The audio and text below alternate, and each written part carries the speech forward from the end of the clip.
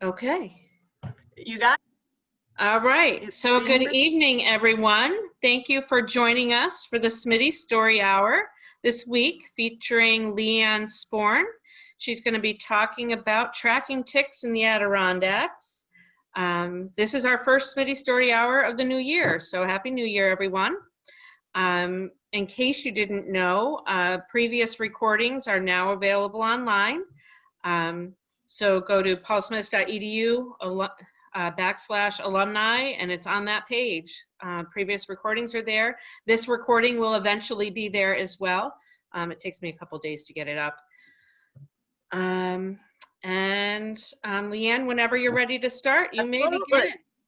Absolutely. Well, first, I'm really honored that all of you chose to spend this wintry Thursday evening with me talking about something that might not be horribly pleasant in the midst of the COVID pandemic. Yes, I'm going to talk about an outbreak of some diseases that can be devastating here in the Adirondacks, but I'll try to make it as entertaining as I can.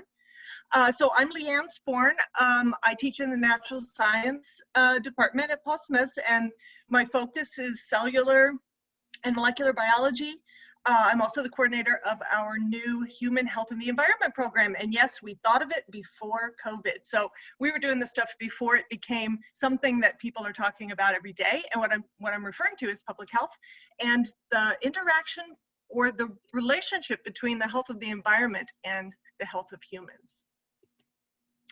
So you might ask, why is it important for us to focus on the Adirondacks? Well, for one reason, Paul Smith's is located right in the very heart of the High Peaks region of the Adirondacks.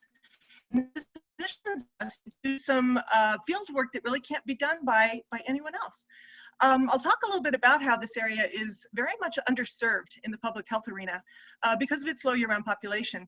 So we were really called upon by the Department of Health, and we work collaboratively with several agencies to really get a grip on what was happening in the tick-borne disease realm. And we've been doing this project now we're into year 8. So this is a long-standing project.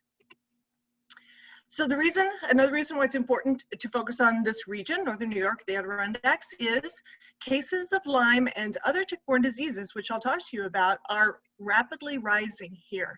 It may have gone unnoticed because of our low year-round population, but if you correct for the per capita rate, it is an alarming increase in cases of tick-borne disease. We are, in this region, a very important emergent area. And what that means is that tick-borne diseases are new. That puts people at particular risk and also provides a really interesting scientific framework where we can understand and learn about the nature of emergence of tick-borne diseases that might serve as a model for other areas of the state or other areas of the country, because these diseases are rapidly spreading. And as I mentioned before, we are an underserved population because of our low year-round population, yet we host up to, some folks say 10 millions of visitors per year. So we are responsible for protecting their health as well. So we have a real challenge, and I am so pleased that my students and I are able to assist with this. So emergent areas like ours, again, are important to watch. There are lots of people to protect. Let me just get rid of this little image there. I mentioned that already. It's important in protecting human health because early diagnosis is very important in effective treatment. Most of you are familiar with Lyme disease, but I'm going to give you the bad news that there are at least 3 other tick-borne diseases that are becoming prevalent here in this region. So early diagnosis is important, and physicians and healthcare providers need to know what the risk is in order to properly diagnose, because they're not magicians. I mentioned the opportunity for unique scientific insights. I think that's a big bonus for our students. And ironically, sadly, especially this year, we are very underfunded in this project. We always have been. And this year we're running very low in the funding realm. So a great opportunity for our students to get involved and do some very important work. So of course, my role at Paul Smith as a faculty member, a professor, everything I do is focused on student learning. And I believe most, if not all of you listening tonight, are former students of Paul Smith College, so I hope that you understand that our focus at Paul Smith is still always on undergraduate and graduate student learning. This project has let students participate in a real integrated project. So this isn't a contrived project, it is real, there's a real need. And when I say integrated, it involves many aspects of this human health issue, not only science, but also outreach and education. Students have been able to interact in a real way with other scientists and with public health agencies, and hopefully this serves as a model and great real life career development skills, because we know that science doesn't happen in a vacuum. So really directly interacting with these folks, I think, is an important part of the students' education. And of course, this project has filled a community need. So let me just dive right in and talk a little bit about the ecology of ticks and the disease they carry. It's kind of funny, I never really studied ecology in college. I'm more of a cell molecular biologist, but my role in this project is to really learn about the ecology, ticks and the diseases they carry out there in the landscape. So let's kind of go through that. So, you know, I'm talking about tracking ticks, and most of you know what they are. Here's a deer tick or black-legged tick. Ixodes scapularis is the scientific name, but I'm going to try to convince you that it's not as simple as just the ticks. Of course, ticks carry disease, and sometimes when you get Lyme disease, you get a bullseye rash like this. You probably know that Lyme disease is caused by a bacteria. It's a funny shaped motile bacteria. It can move. It looks like a little spiral, Borrelia burgdorferi. And most of you also know that ticks like to feed on deer, and that's why we call them deer ticks. But it's really the small mammals that are the culprit in this whole disease process. Ticks, most people don't realize that ticks are actually born or hatched disease-free, and they pick up the diseases that they carry after they're feeding on small mammals, and actually not deer. Deer are important for the adults ticks to feed on, so they're important to allow ticks to reproduce, but the diseases are actually picked up by cute little small mammals, mice, squirrels, chipmunks, voles, and shrews. And birds, and particularly ground nesting and ground feeding songbirds, are important carriers of these diseases, so when ticks do feed on them as well. So it's a complex ecology, and I'll talk a little bit about, because of this, what factors are influencing the spread and causing this increased risk in our region. So a lot of people ask me this question: what is driving the spread of ticks and the diseases they carry into the Adirondacks? And luckily the answer is pretty simple. It really boils down to climate change. Ticks, and I think it's best to understand that if you think of ticks' behavior. Ticks engage in an activity that we call questing. They climb up on foliage only 3 times during their lives. Well, 3 successful times during their life. They're looking to seek an animal host. So they climb up on the foliage to anywhere from about 6 inches off the ground up to waist high, and they wait. They are actually like spiders. They spit a little bit, they wait till a mammal comes by. And if they're successful, they can feed on that mammal and move on to the next life stage or lay eggs overwinter. But the ticks spend the majority of their lives in a state of dormancy down in the duff layer or the leaf litter in the forest floor. And they're very sensitive to extreme extended cold, and also very sensitive to drying out. So as the climate warms, becomes warmer and more humid, we see that ticks are able to survive better. They only will quest under certain conditions, weather conditions, and climate change is giving them more opportunities to be out to seek a host. One of my very brilliant students, Jared Barnhart, a few years ago, did some modeling. I always love it when students go way beyond my capacity as an instructor, and they really take charge and really go for it. So our students have fantastic GIS skills. I have absolutely none, but that doesn't stop them at all. They really strut their stuff for me all the time. So he did some modeling using a program called Maxent, which is a machine learning tool, and Jared would have to be here to describe it completely, but what he did was took data modeling climate change up into the year 2100, which is on the right, and he looked at environmental factors that were consistent with the presence of ticks. So currently, on the left, you can see the blue or the cooler areas show lower risk of ticks being present, and the warmer areas show a higher risk of a tick being present due to climate factors. And notice what's projected to happen in the next century. As you can see, most of the state is remaining about the same, and if anything, the risk of having ticks present is going down, but the Adirondack region, northern New York, it shows a significant increase. So this shows the possibility or the likelihood that we will be the Mecca in the coming years.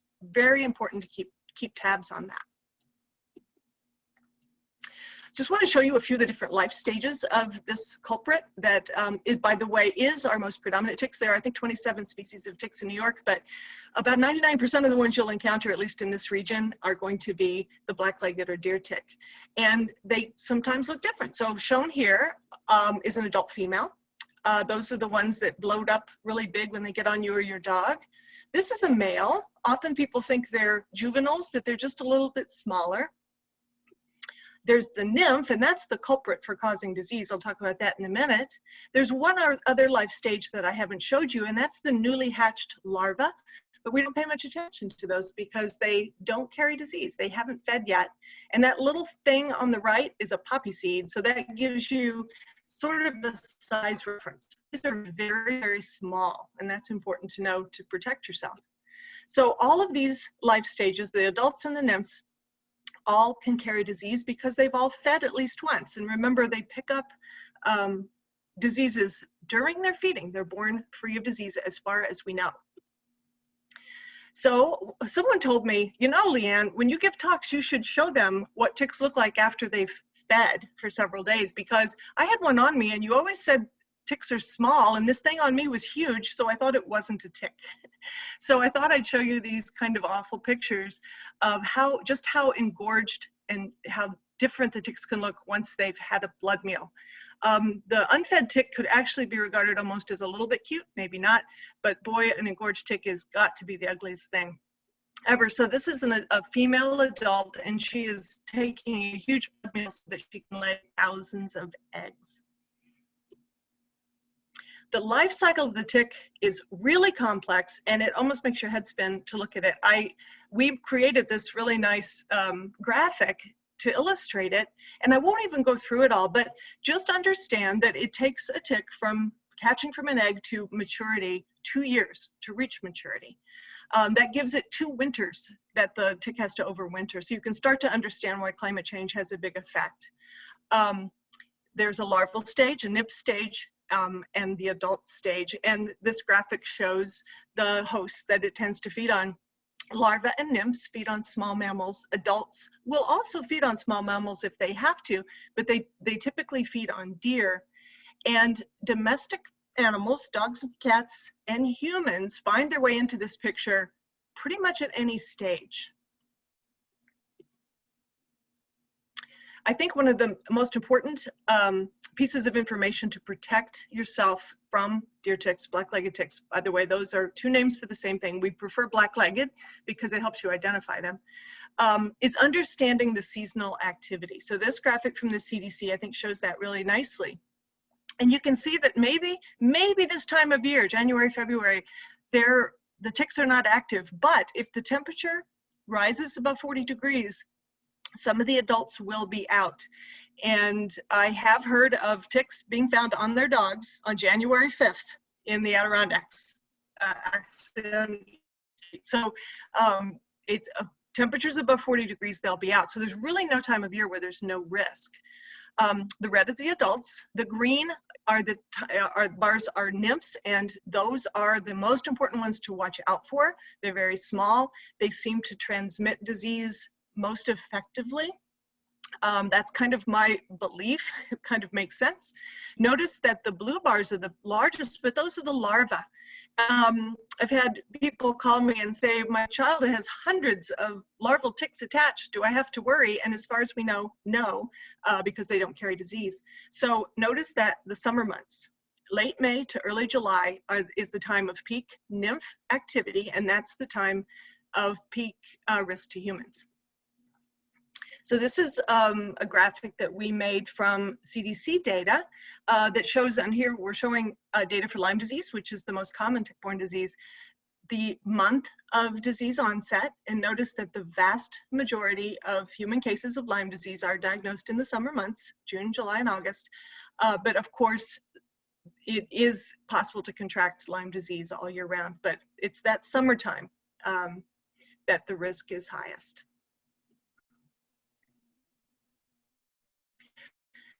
So it is true that in order to protect human health, the pieces of information that are critical and what we have spent 8 years doing is determining two things. Where are the ticks and what diseases do they harbor?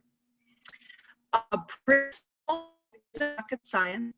This is especially important in emergent areas such as ours, where people might be at risk, but are not used to protecting themselves, not used to watching out, and healthcare providers are unaware that there is a risk. I'll talk, I'll hold off on that. I was going to say that some of tick-borne diseases do have symptoms that overlap those of COVID. So it's particularly important to understand the risk of these as well. So to tell you a little bit about our 8-year-long study, we're entering year 8. All of our work, and I'm very proud of this, is done in collaboration with the New York State Department of Health, the Bureau of Communicable Disease Control, and more specifically, the Vector Ecology Lab, and I work closely with the state vector ecologist. I think it's very important that this work is done in collaboration with this agency to have a systematic plan, and also this allows the data that we collect to be disseminated to the county public health agencies responsibly and consistently, and also to the CDC. So the data is, our data becomes part of all of these databases and is used directly in protecting public health locally. So I'm a big fan of the appropriate agencies being involved and there being a centralized plan. So as I mentioned, we asked the question, where are the ticks? And we determine that by going out into the field in appropriate tick habitat. We wear personal protective gear, and we basically walk through the forest dragging a 1 meter square white cloth, and that's shown here by these two students.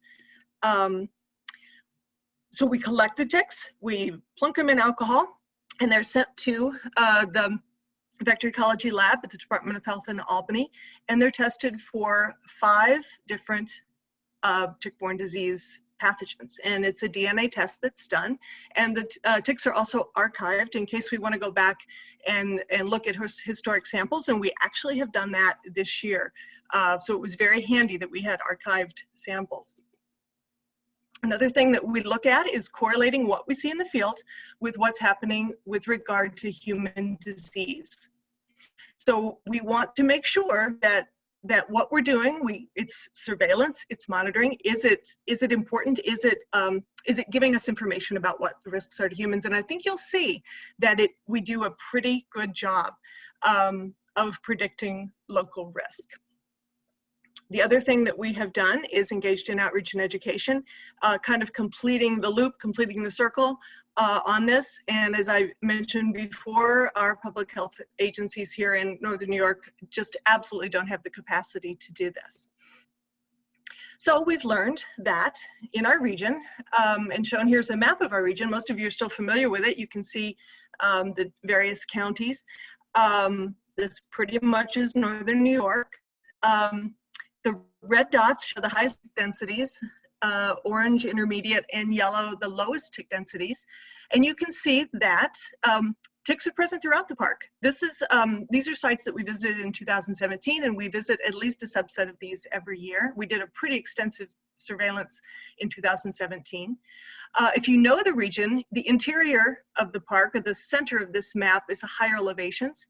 So it is true that the highest densities of ticks are found at the lowest elevations because of temperature and humidity. Temperature is higher and humidity is higher too. Tick populations are still very patchy because the ticks are spreading in, but we like to tell people that it's patchy, but that there is risk of tick encounter throughout the park. The highest risks are at the lowest elevations. So like along the St. Lawrence River Valley, along the Lake Champlain, in the Lake Champlain Valley. But we've seen some surprises. Notice a red dot right there at the intersection of Essex and Franklin County. That's the base of Whiteface Mountain, the Flume Trails, Hardy Road mountain bike trails. It's kind of getting into the interior, but even more surprising, we found medium tick density at the Wild Center in Tupper Lake, and that's elevation similar to Paul Smith College, around 1,800 feet. So that's a bit unprecedented. So as climate warms, the ticks are sort of moving into the higher elevations. So just to point out the diseases that we test for, of course, Lyme disease is the most prevalent by far, but not the only one. I'm going to talk a little bit about this other nasty, anaplasmosis. Luckily, it's treated in the same way as Lyme disease. It's very treatable, but very easy to misdiagnose. Babesiosis is a malaria-like parasite. Yes, you can get malaria like in the Adirondacks.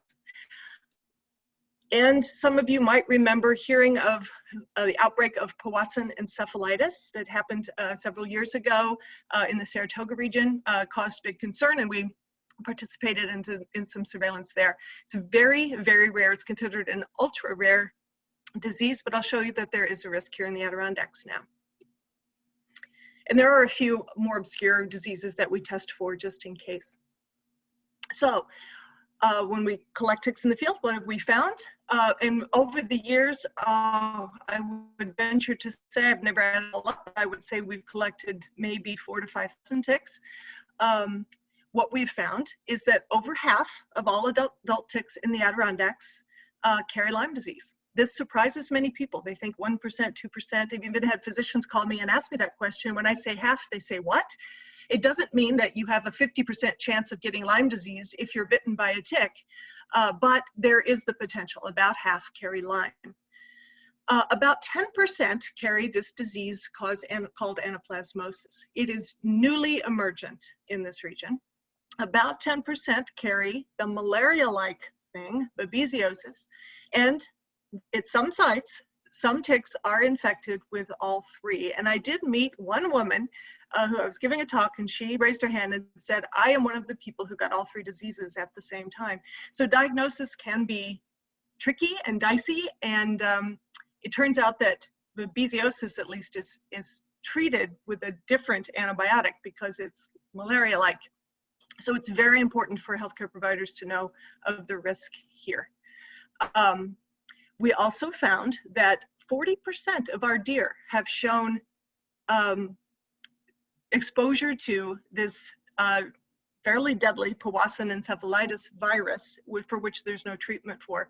And that's not a huge cause for alarm because in many parts of the state, nearly 100% of deer show exposure to it. A deer can be bitten by thousands of ticks in its life, and if any one of those ticks had this virus, it will be positive. So it just says that risk is here, but there's no real current danger, and there's never been a human case in this region. So again, it's ultra rare, but we're keeping an eye out because with environmental change, things can change very quickly. So over the past few years, the students have, I should have mentioned that over the years I've hosted, oh my gosh, I haven't counted them up either, at least 5 group senior project capstone classes. And those of you who went to Paul Smith's, and some of you did capstone of our baccalaureate program, all of the students have to do a senior project, and I offer one that they join me in a group and we work on a group project. So many of the students were interested in tracking human cases. So the data is there, but interestingly, sometimes no one looks at it. That happens a lot in science. So we looked at it. We focused specifically on tick-borne disease in the North Country. in a way that maybe no one else had done. So let me give you the rundown about Lyme disease. So the students put together this very simple but very telling graphic. The blue line shows the incidence, actually the number of cases of Lyme disease reported in New York over the years from 2006 to 2017, shown here. And the orange line shows the number of Lyme cases reported in the counties that make up the North Country. Notice that statewide, there's not a tremendous increase in number of cases of Lyme, but in the North Country, dramatic rise. Notice the scales are different, but it's really not the raw numbers, it's the rate of change, right? Because our population is very low. So the scales are different, but it's rapidly rising. If we break it down by county, we see that Essex County is very emergent.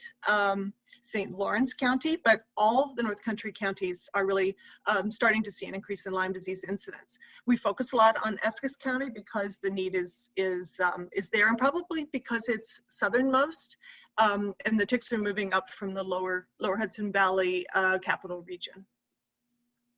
The students made some beautiful maps using their GIS skills, which we looked at this. Notice that in 1994, the darker the color, the higher the Lyme disease incidence. Most cases were centered in southern New York, around the metro region, Long Island. Notice what's happened then if we move on to 2017. The riskiest areas have moved up. Now, these colors are generated by showing the number of cases per 100,000 people. So the fact that the North Country has low year-round population is controlled for. No one was noticing this increase in the North Country because the raw numbers were low. 10, 15 cases is a high rate per 100,000 people because our year-round population is so low. So look how Essex County has lit up there, and that situation has only gotten worse in the past few years. There is a lag between when the data becomes available. So we have a 2-year lag, so we're just now processing 2019 data, and that's not shown here. Notice also that the risk has gone down in the Long Island and metro region. This is perhaps a biological phenomenon that we don't yet fully understand. We have a hypothesis about it. It seems as though the risk of this disease spreads kind of like a fire. It burns itself out and it's very hot on the leading edge. The North Country is in the leading edge of infection. And so once more, it's very, very important that people take note. These numbers are also based on residents. Did a resident of the North Country acquire Lyme disease? But we may have 100,000 year-round residents in the park and up to 10 million visitors. If a visitor contracted Lyme or any of the tick-borne diseases here, it's actually reported in their county of residence, not where they visited. So my feeling is that these numbers are vastly low, that the real numbers are way, way higher. I mentioned the malaria-like parasite babesiosis. Let me talk a little bit about that. A few years ago, the student group focused on that, again, showing this map. Back in 1994, there were virtually no cases, probably some that were reported here were related to people traveling elsewhere.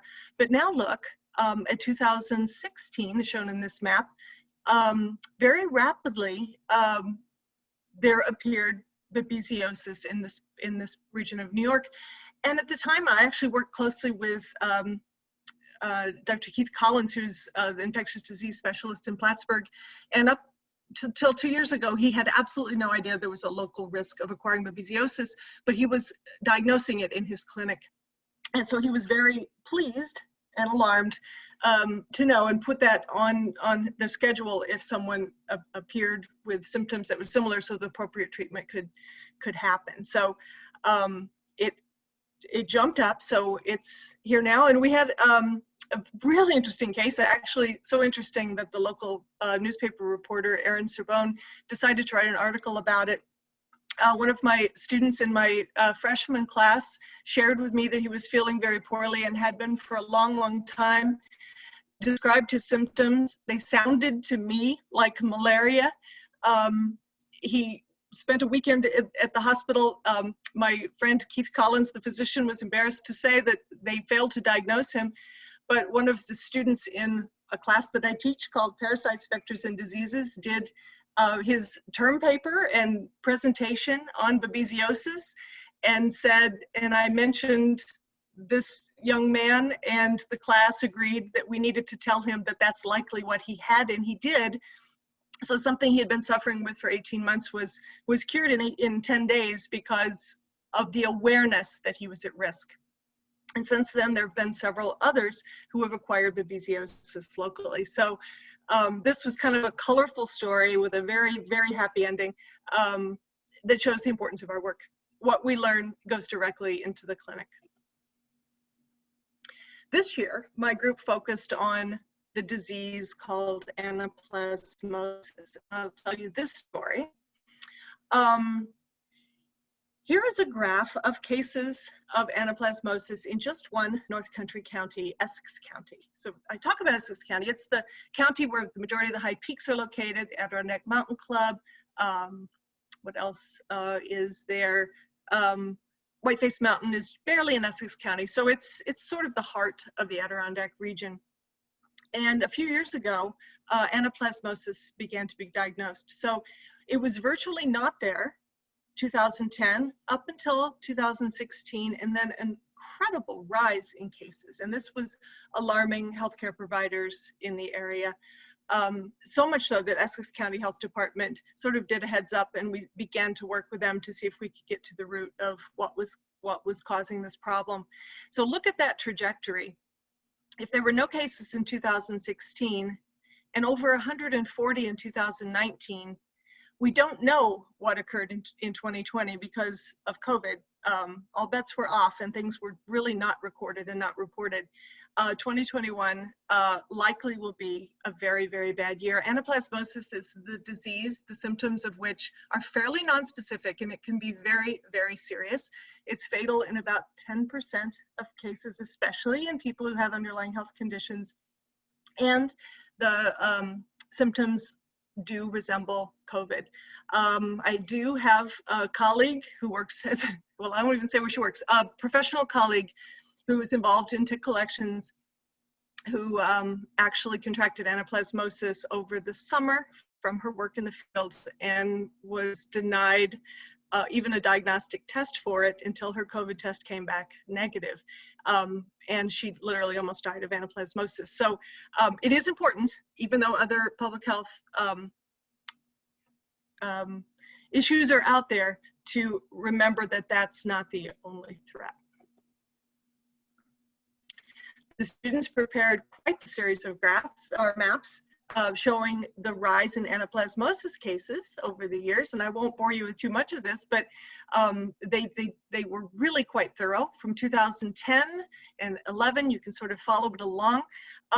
It appears that this problem originated sort of in the capital region, and we are experiencing a rapid rise sort of growing from that center. A few of the students came up with this graph and I was just blown away. They used data obtained from the CDC, and again, perhaps no one had looked at the data like this. They prepared this graph themselves, and they looked at number of cases of this disease per week in New York State back from 2015 all the way up to 2020, so it's very current information. And notice what's happening here. There's a lot of information on this graph. The vertical lines are January. So about halfway through the year, June and July, we see the spike in cases, and it goes down, and here's the next June or July. Here's 2017, a lot more. 2018, oh, it's back down. 2019, oh, it's more. 2020, it's back down. Interestingly, the ticks have a 2-year life cycle, and they seem to be somewhat synchronized. Every other year is a big tick year. What does that say? 2020, we got a reprieve.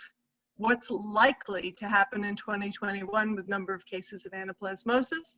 It's likely to be way up here if we follow the trajectory. That, along with the mild winter that we seem to be having here in the North Country, I really want to get the word out.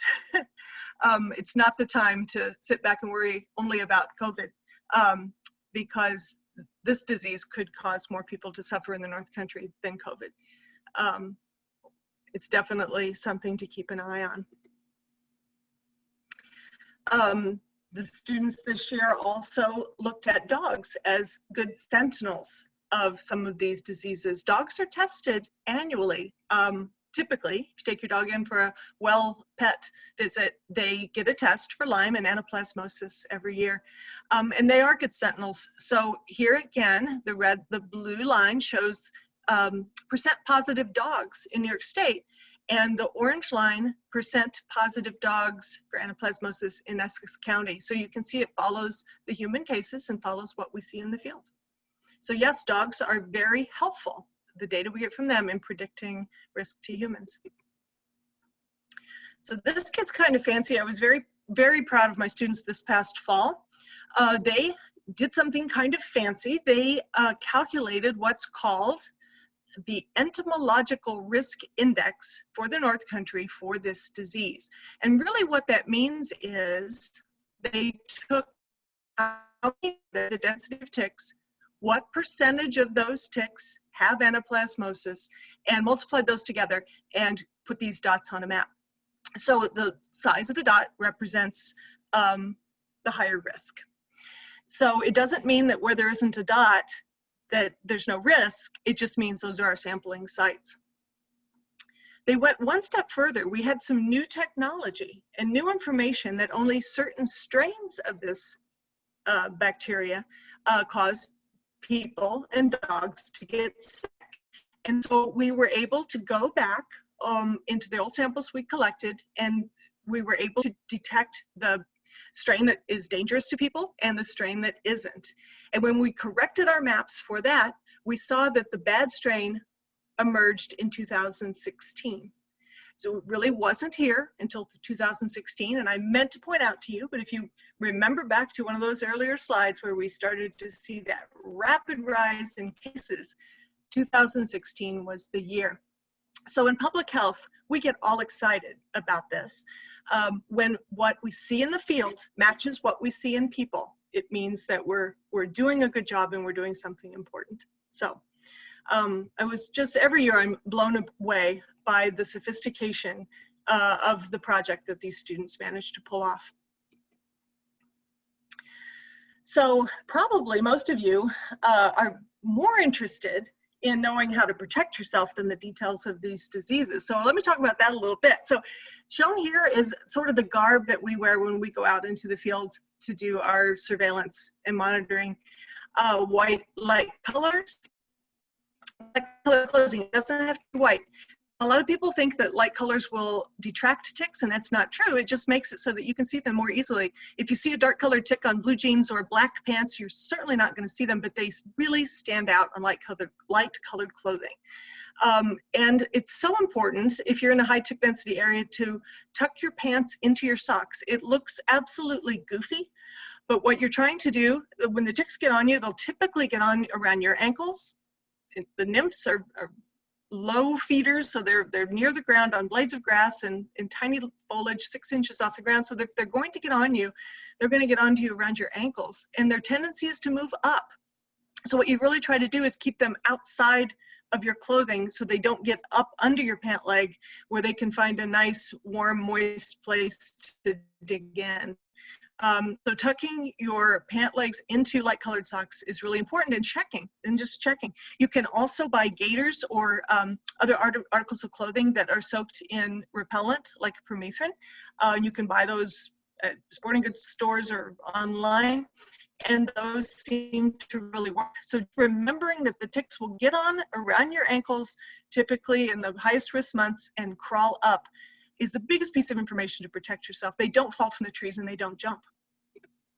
Insect repellent definitely works, and there's so many to choose from. I would just suggest that people go to the CDC or the New York State Department of Health for recommendations about those. And yes, the natural kinds, the essential oil kinds, do work well too. And it's extremely important to check for ticks thoroughly, especially around your hairline. They like dark, moist places. Armpits, places that you probably would tend not to look. My rule of thumb is take a shower within 2 hours of being out in a high tick density area, because typically you're going to find them. If you shower, if you wash your hair, your hand will go to a place where a tick is biting you. You typically feel it. Something doesn't feel right. And the couple of times I've had ticks attached to me, I found them in the shower. So that's my rule, and I make my students promise me that when they go home, they'll throw all of their clothing into a hot dryer. They don't even have to wash it to kill the ticks. The ticks cannot stand hot, dry air, and that they'll take a shower and wash their hair and comb through it carefully. And so far, so good.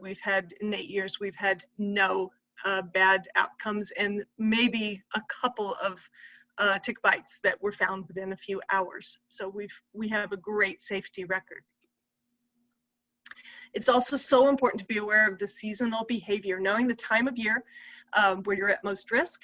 Remember, that's the summer months, and understanding a bit about the types of foliage that ticks will typically be most prevalent at. Although people say, well, they won't be in a mowed field or a mowed grass, but in a very high tick density area, you will find them pretty much anywhere there's foliage. So but probably deciduous forest with good leaf litter and a duff layer are places where ticks are going to be the most dense. It's just to remind you just how tiny these ticks are, especially the little nymphs, the size of poppy seeds, pretty nondescript little things, but then they can blow up really big. And so if you find something like this on yourself or your pet, yes, it is a tick, and they have 8 legs. Remember, they're spiders. That's a good way to distinguish between them. The adults anyway. The nymphs, unfortunately, have 6 legs, so it's a little bit harder. But learning what these are and distinguishing them from other types of bugs and spiders is a great way to protect yourself as well. What I always tell people is they look very two-dimensional. They're very, very flat. Their bodies are very, very flat compared to most other bugs and spiders. If you do get bitten by a tick, it's no reason to panic, but you'll hear a lot of crazy things that one should do when removing ticks, like light a match, put a hot cigarette on it, cover it with Vaseline, and all of those things actually can cause more harm. So what the experts recommend is grasping the tick as close to the mouth parts as you can and just pull. And they're on there pretty good. I mean, your skin will sort of tent up a little bit and it'll pop loose, and it really doesn't hurt. Most of you have probably removed these things in the past.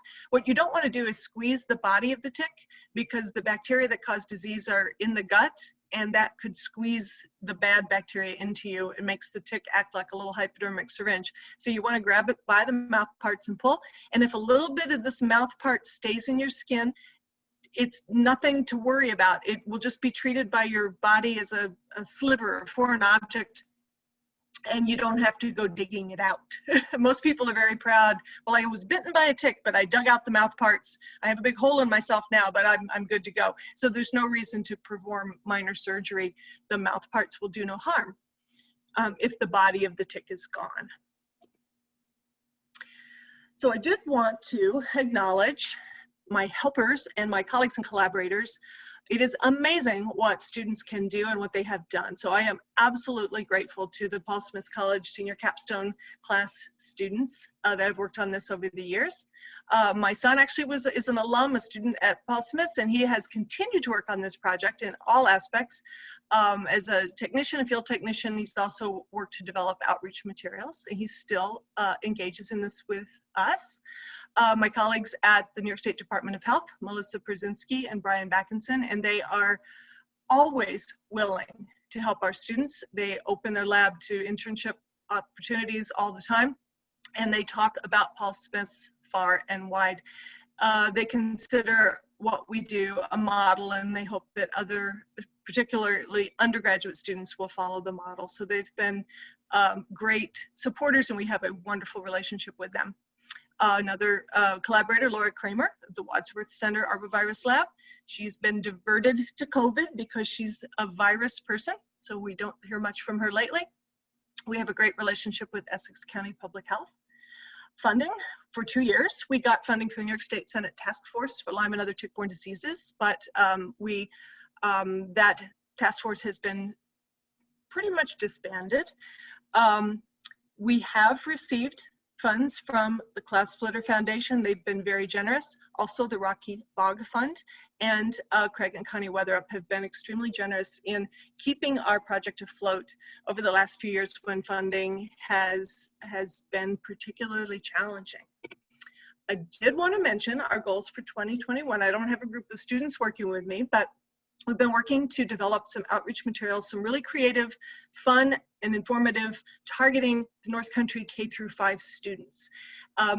That age group are the highest risk for getting Lyme disease, and we think it's a great public service to help our teachers and our public schools and private schools who teach kids of that age group, help them at least educate students about where the ticks are and how to protect themselves. So we're working on a series of videos to send. We were going to do print materials, but video, I think, has greater outreach potential. I've assembled a team, and our very own Kendra Ormerod, who is an environmental educator, is hard at work on this. She's involved a few of her classes. We are partnering with Dr. Emily Valkenburg, who a new member of our community, who's a family practice physician, and we're partnering with Essex County Public Health. So I'm very proud of this collaboration, and we hope to get this launched in the spring of 2021. The Charles R. Woods Foundation did provide some money. They were not able to fund the project in its entirety. We're able to fund about 1/10 of it. So currently the project is underfunded, and I will shamelessly make an appeal for anyone who's interested in this project and wishes to make a donation. I would graciously accept, because my heart is in this project, and it feels as though it's urgent, and I think we can have a huge impact. So with that, I'm going to stop talking and hope I didn't talk your ears off and leave it open for you all to ask some questions. Okay. So Heather, should I stop sharing? That's up to you, Lee Ann. I'll just leave it out in case someone wants to see something. Sure. So David Bly asked, when did ticks begin to show up in the Adirondacks? That is a very good question, and I can say with all certainty, in 2014, we caught them pretty much the first year that they were evident. So I would say around 2013 or 14. So it's been less than a decade. Okay. Also, why is Western New York low in Lyme disease in '94 and 2017? Western New York? So, you know, part of it is that no one's necessarily looking. It's being underdiagnosed or misdiagnosed. But the tick density up until very recently, the last 2 years, has been quite low in Western New York. A lot of this is still a bit of a mystery, but the numbers are rapidly rising. Unfortunately, the statewide surveillance program for ticks is drastically underfunded now, and currently there's no one doing surveillance in Western New York, no one. So things are changing, but the situation is getting worse. So we can't answer that, but a lot of it is that no one is watching. Another question: how can you reduce the number of ticks on your property? Those are great questions. I would recommend anyone who's interested in doing that, if you live in New York, or even if you don't, contact the Cornell Cooperative Extension Integrated Pest Management Program, and just go to Cornell Cooperative Extension, and they have received lots of funding from federal funding from the CDC and elsewhere to really put together some great information about pest management. So I am uncomfortable talking about that because I'm not a licensed pesticide applicator, and that would be like me giving medical advice, and I'm not a physician. So there are definitely ways that you can reduce tick abundance using pesticides, but the other way to do it is to keep the leaves raked and to sort of keep a boundary, whether it's a pebble path or something like that, between a wooded area and your lawn. So those things, of course, I can say. So keeping duff layer, keeping leaves raked, not creating a lot of small mammal habitat. reducing the number of small mammals in the area will help tremendously. Okay, so another question. Which disease is it that makes you allergic to meat? That's a great question. And luckily that actually it's not a disease at all. And I always have to stop and remember that myself.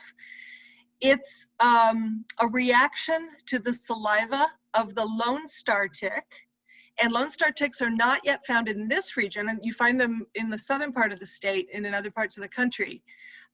So for some reason, when the tick bites you, its saliva mixes with your blood and you have an allergic reaction, and that allergic reaction carries over and makes you extremely allergic to red meat, but it's not an infection at all. The guy who I showed you who had babesiosis that Mike last diagnosed also has that, and it was from a separate tick incident.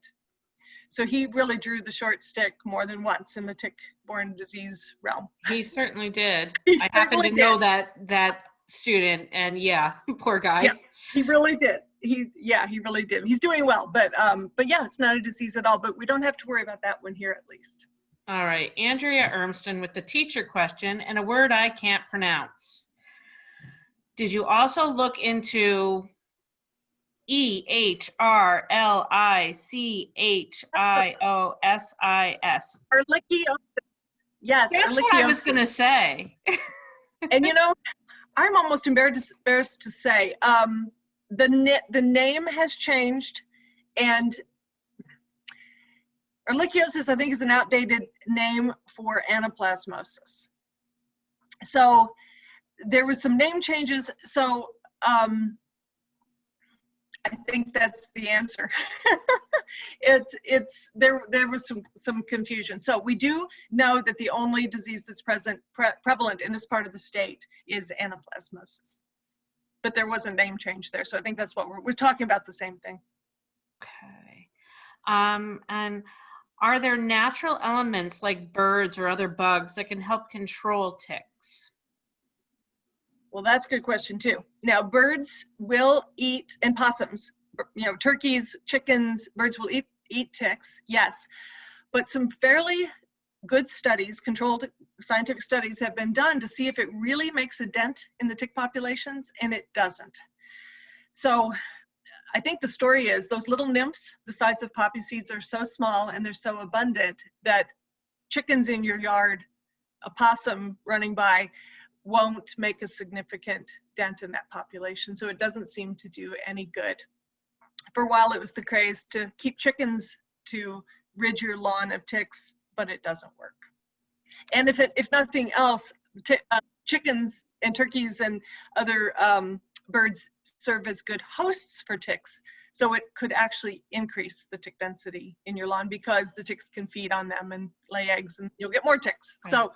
So that strategy doesn't work. How do you get pet tick-borne disease rate info? Do veterinarians report publicly, or do you collaborate to gather that data? So we have a website, and it's CAPCVET, capcvet.org. A beautiful website. It's professional. What they base it on is results of tests, the typical tests done in a veterinarian's office.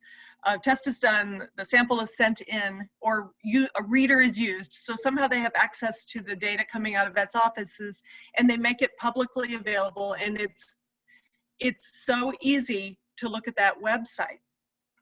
So yes, it's beautiful maps, really easy, very intuitive. So CapCvet. If I was smart, I would I guess I'm still screen sharing, so I can't really do the chat, but capcvet.org, and you'll have all kinds of fun. It's really fun to look. They have data from about 2014 on for every county in the country and also Canada. So someone asked me once, how would I know if tick-borne disease is going to be a big thing, for example, in Colorado? And I said, well, look at the dogs. Look at this website and watch it, and you will see it appearing in dogs before you'll see it appearing in people. Dogs are greater risk for intercepting ticks because of their behaviors. You know, they're out running around a lot more than Sure. people are. So they're great sentinels.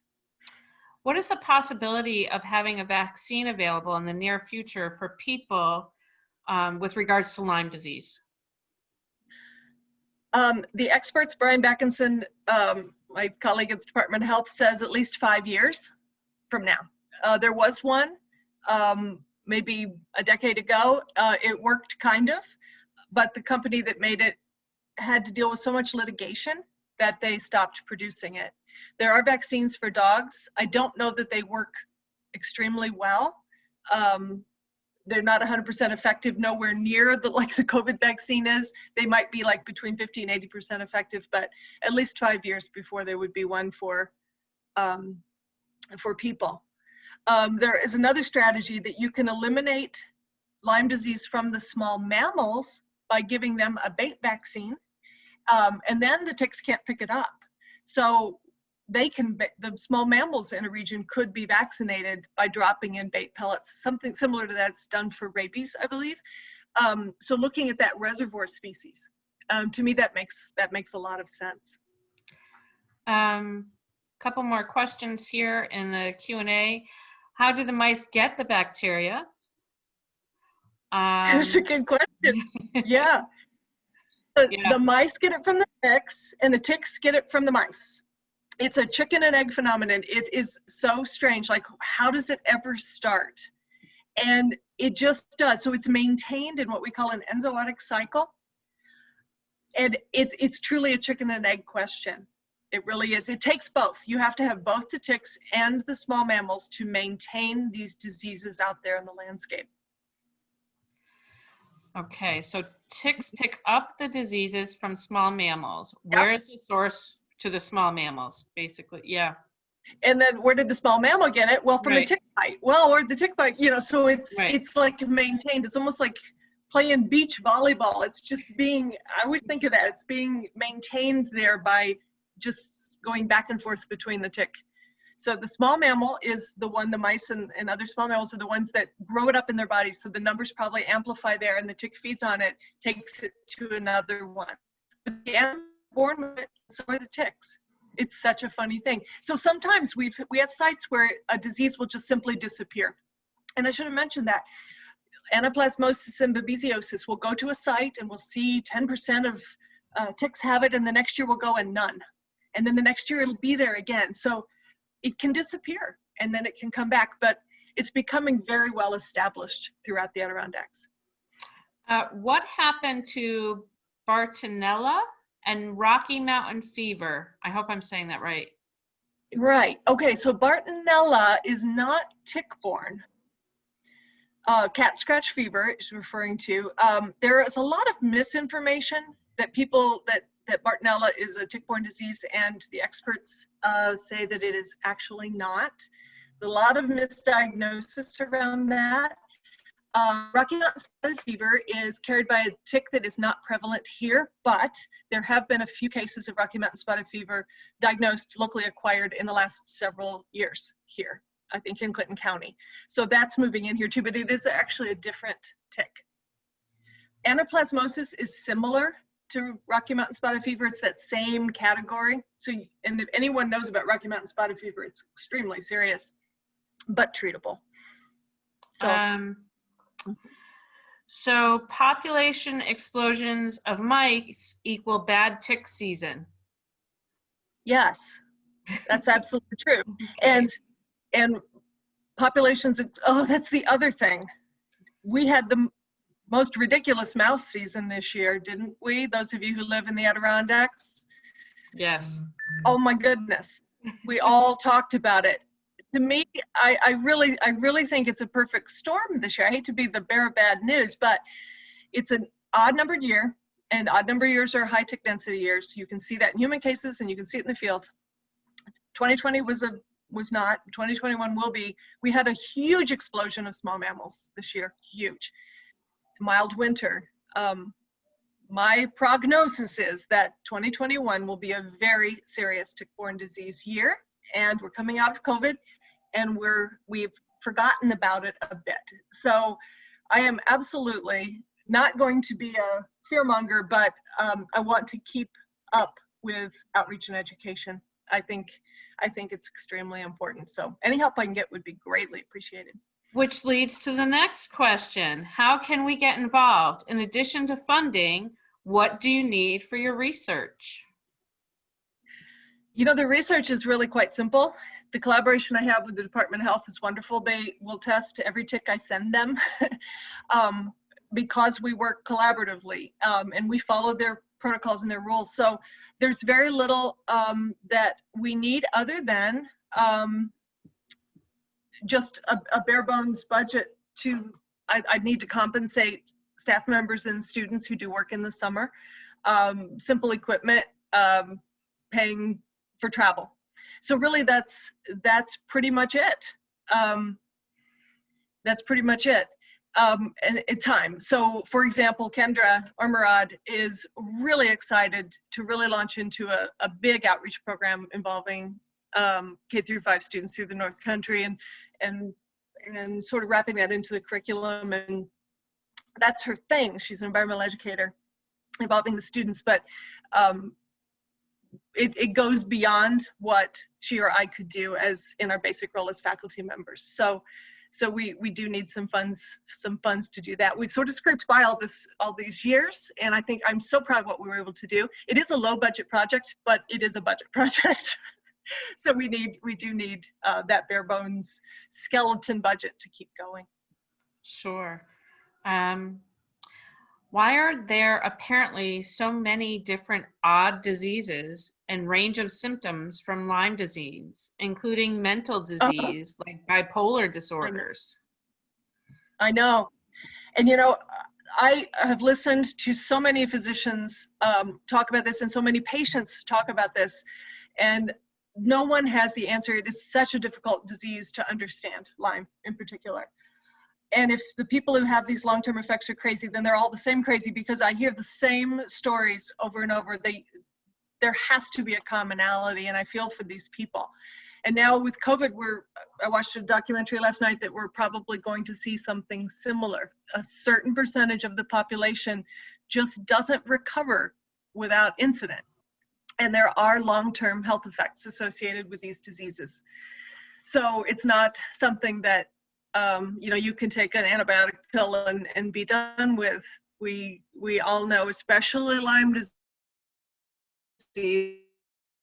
a whole lot that can be done. Early diagnosis and treatment is really the only safeguard against that, especially for children.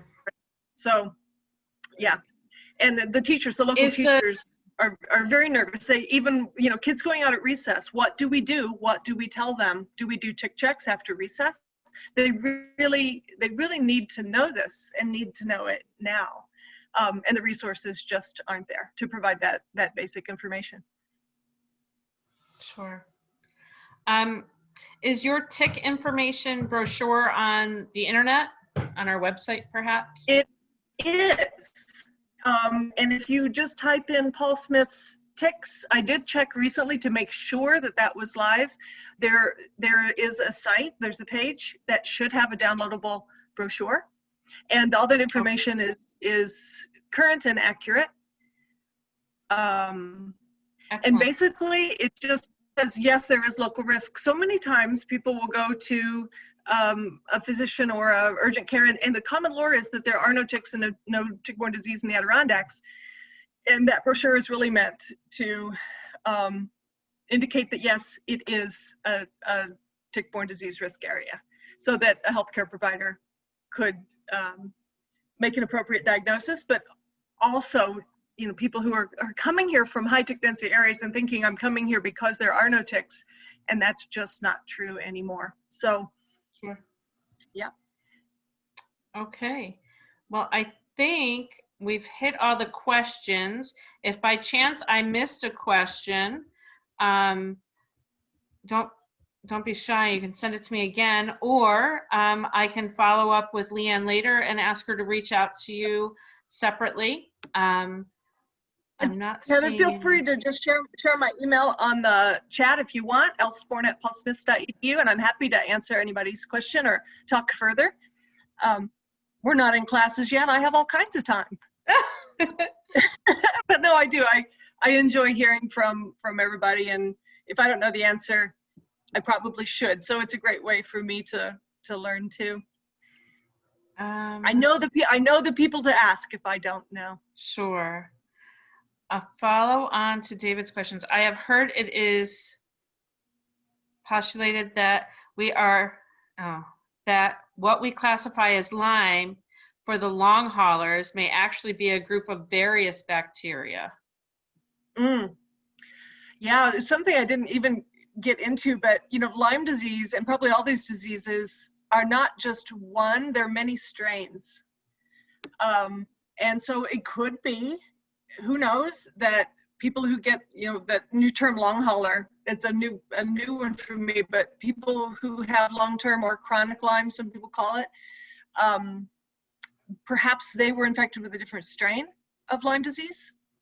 There's so many possibilities that we may never have the answer to. We do know with anaplasmosis that there are multiple strains and only one of them causes people to be sick. We have figured that out, but with Lyme, it's still quite the mystery.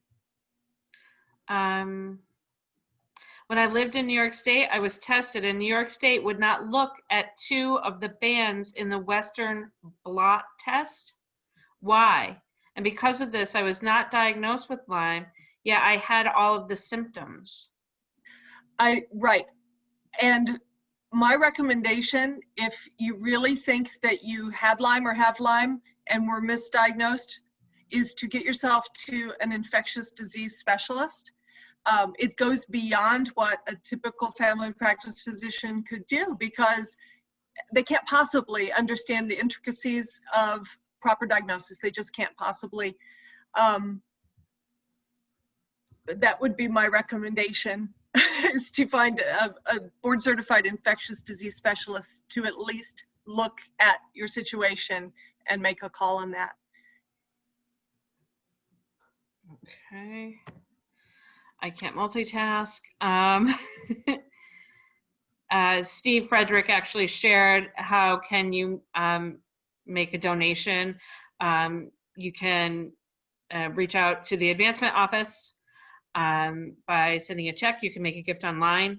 Right on our homepage, I believe there's a gift. Yes, thumbs up, Steve. Is there a give? Yeah. We've had recent changes and updates to our website, so I wasn't sure where it was exactly. But yes, you may make a gift there. And if all else fails, you can always call me in the alumni office, and I will direct you in the right way across the hall to make a gift. Looking for other questions. I'm not seeing other questions right now. Oh, wait, let me scroll. I think there's another one. If someone finds a tick, do you want pictures and locations for your research? That's a great question. One thing we don't do is test ticks that are collected by individuals other than us, not that because we're so special, but we collect them very systematically. And often if they have blood in them, like if they want a pet or you, it interferes with the testing. You know, I always like to know, especially here in the Adirondacks, you know, for example, someone said, wow, I live at 2,400 feet and I found some ticks on my dogs. And higher elevation sites, it's wonderful to know here in the North Country where they are.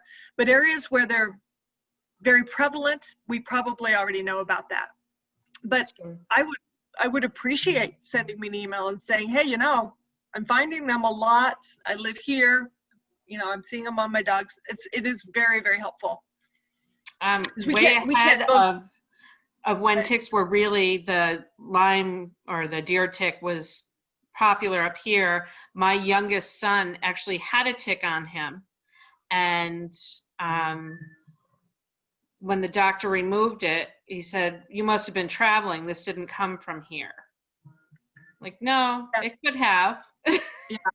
I still don't believe it when I hear, like in Bloomingdale, you know, on the Bloomingdale Bog Trail, really, we really have ticks there now. I'm in denial a bit, but I find myself, even though I don't like to believe that, it is so new. It takes us so long to change our lore. Sure. You know, it's our lore that there are no ticks, there's no poison ivy, and there's no rattlesnakes in the Adirondacks. Well, guess That's what? right. It has changed. Yeah. I think it's human nature that we resist that. Sure. Will One thing smoke in an isolated area drive out ticks like it does other insects? What about an isolated area? Will smoke in an isolated area drive out ticks like other insects? I've never heard of that. Probably not. Because most of their life is spent in dormancy anyway, they probably would be unaffected. And how do they survive in winter? They can freeze and come back to life. We have had that happen. We've had some in the freezer, samples that we just popped in the freezer without alcohol to kill them. And when we bring them out to room temperature, they start moving again. So they can definitely freeze solid and they come right back to life. Ugh. Okay. They're hardy, but they don't like to dry out. So desiccation will kill them. So that's their Achilles heel, is the fact that they can't handle hot and dry. Okay. I just figured out, I keep putting in your email address and nobody else can see it but you and Steve because I'm not sending it to everyone. Sorry about that. There we go. Okay. Well, I think that concludes. Wow. Well, thank you all so much. Of course, I couldn't see you, but I probably know some of you. I've been at Paul Smith. I just had my 18-year anniversary at Paul Smith, so I might have had some of you in class, but I really appreciate your interest in this project, and thank you so much for spending this big chunk of your evening with me. Yep. Thank you, It was an honor. Thank you so much for being here and delivering such great news, I guess. Sorry, guys. They survived the winter. That's awful. No.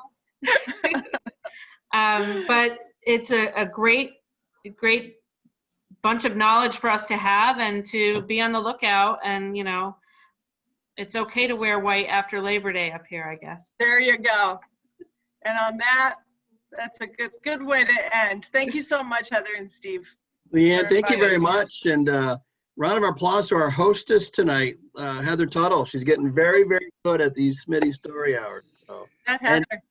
And thank everybody who was on tonight. It was wonderful. So check the schedule. We got one, I believe, next Thursday, right, Heather? We do. Our next Smitty story hour is on Thursday. What is that date? I think it's the 21st, and it's featuring Eric Homeland and Deb Neighbor, and they're going to be talking to us about our master's programs at Paul Smith. Awesome. All Stuff's happening. Stuff's happening sure at Paul Smith. Oh my God. Sure is. All right. Great. Thanks, everybody. Have a great night. Thank you. Night.